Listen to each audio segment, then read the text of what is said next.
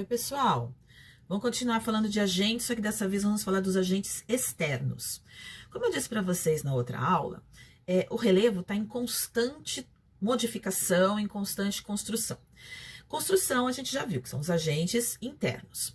Agora, a modificação tem a ver com os agentes externos, aqueles agentes que atuam fora da crosta, aqueles que vão dar modelagem, aqueles que vão dar formas, que vão esculpir. Eu costumo dizer que são os artistas da natureza, porque são eles que vão criar aquelas formas belíssimas de relevo que a gente vê mundo afora.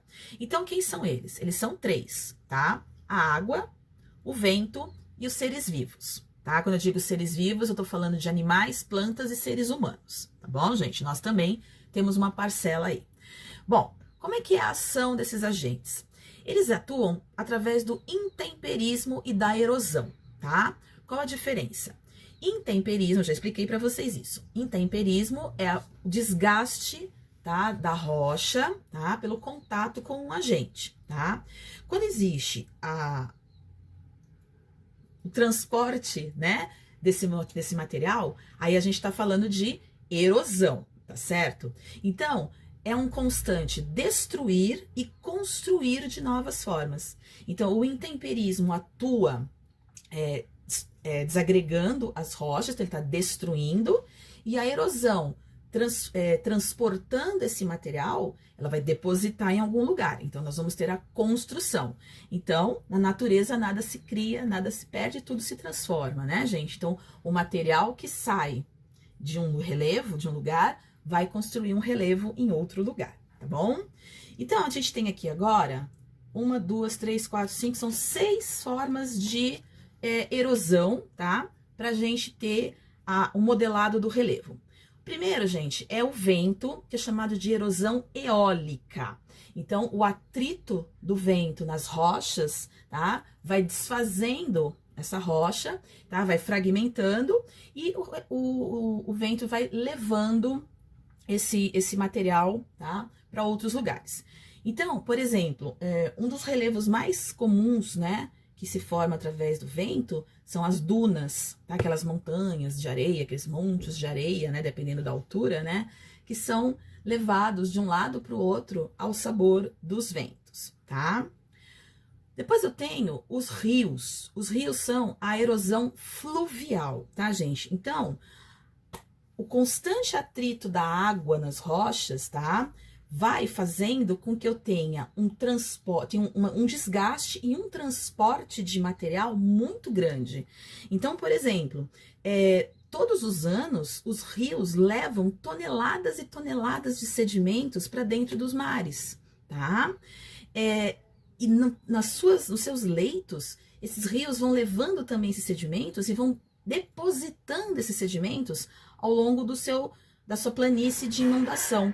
Então, o que acontece? Nós vamos ter a origem das bacias sedimentares, nós vamos ter a origem de planícies, e nós vamos ter a origem de deltas. O que é o delta? Todo rio tem um final, ele deságua em algum lugar, certo? Quando eu tenho um carregamento muito grande de sedimentos e o rio tem uma velocidade menor, esses sedimentos vão sendo depositados na foz, né, que é onde termina o rio, e vai abrindo um delta, ou seja, vai abrindo um triângulo, uma série de ilhas, e o rio, em vez de ele terminar em um canal, ele termina abrindo um triângulo, tá? Então, nós chamamos isso de delta, tá bom? Um rio pode formar também um canyon. O Grand Canyon é o grande exemplo disso, né? O canyon, o rio vai passando, e ele vai gastando a rocha. Então, em alguma época muito antiga, o Grand Canyon tinha o Rio Colorado na superfície. Conforme o rio foi gastando, ele foi descendo, foi escavando o canyon, tá? E foi formando aquelas lindas paisagens que, além do rio, a gente tem também a ação do vento atuando junto ali. Tá bom? A chuva é outro agente erosivo, chamada erosão pluvial. Então, o que acontece? É justamente o bater das gotas na rocha e depois a enxurrada, né? O escorrer dessa água, tá? Em direção às partes mais baixas. Então, geralmente, a erosão pluvial, ela é mais intensa quando a rocha está exposta. Quando tem vegetação, as raízes seguram essa erosão, certo? Agora, quando ela está exposta, as enxurradas, as torrentes, que são rios que se formam a partir de uma grande chuvarada, eles acabam levando material, tá? Então a gente vai ter os desbarrancamentos, tá? E esses desbarrancamentos vão dar origem a vales, tá certo? E vão ajudar a construir planícies.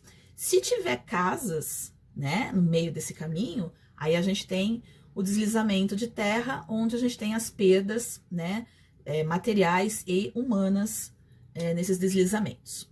Eu tenho a erosão do mar, que é a erosão marinha, que é o constante choque das ondas nas rochas. Aí nós vamos formar alguns tipos de relevo bem característicos, né? A gente tem as falésias, que são paredões de rochas enormes que ficam no litoral, que conforme as rochas vão recebendo aquele contato das ondas, né? Ela vai quebrando e vão se formando paredões retos. Então, alguns tipos de rocha têm essa possibilidade, tá?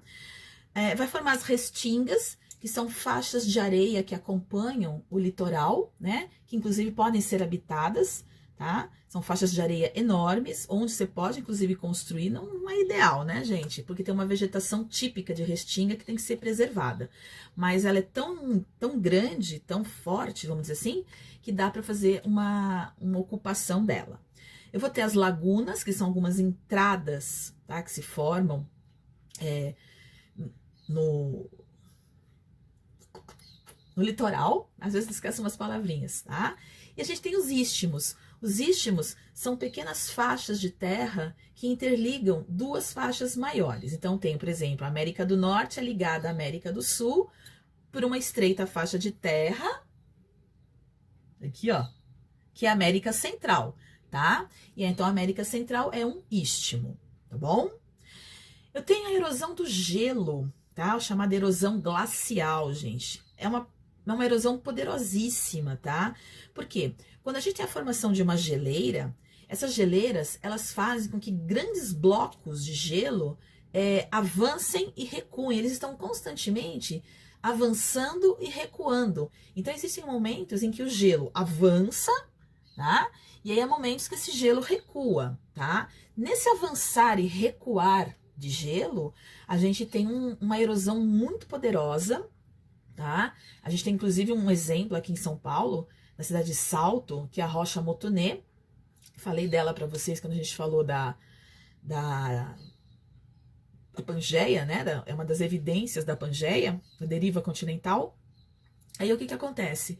Ele arranha a rocha. Então lá na Rocha Motonê a gente tem ainda esses arranhados da rocha, a gente pode ver esses arranhados. E o relevo mais comum formado pela erosão glacial são os fiordes, tá? Os fiordes são grandes vales em formato de U, tá? Que se formam, eles formam um U, tá? São muito comuns lá na Noruega, né? Inclusive são pontos turísticos, são lugares belíssimos da Noruega, tá bom, gente? E a última é a erosão causada pelos seres vivos, que quando ela é causada pelo ser humano, ela recebe o nome de erosão antrópica, só para seres humanos, tá bom? Então, gente, por exemplo, organismos mortos, eles liberam ácido na sua decomposição. Esse ácido acaba interferindo nas rochas, então a gente tem um intemperismo químico, tá certo? Nós temos, por exemplo, a formação de recifes. Recife é uma forma de relevo que é formada pelo acúmulo de conchas e corais, tá? E aí a gente vai colocar, lógico, raízes. Raízes, elas têm uma capacidade muito grande, né, de desagregar rochas. E os seres humanos, né, que com as suas escavações, com seus aterramentos, as suas minerações, alteram o relevo de tal maneira, gente, que às vezes é impossível você ter uma recomposição desse relevo. Tudo bem, pessoal? Alguma dúvida? Fórum Agentes Externos da Dinâmica, tá bom, gente? Ó, exercícios lá na plataforma, tá bom? Beijo, gente, até a próxima.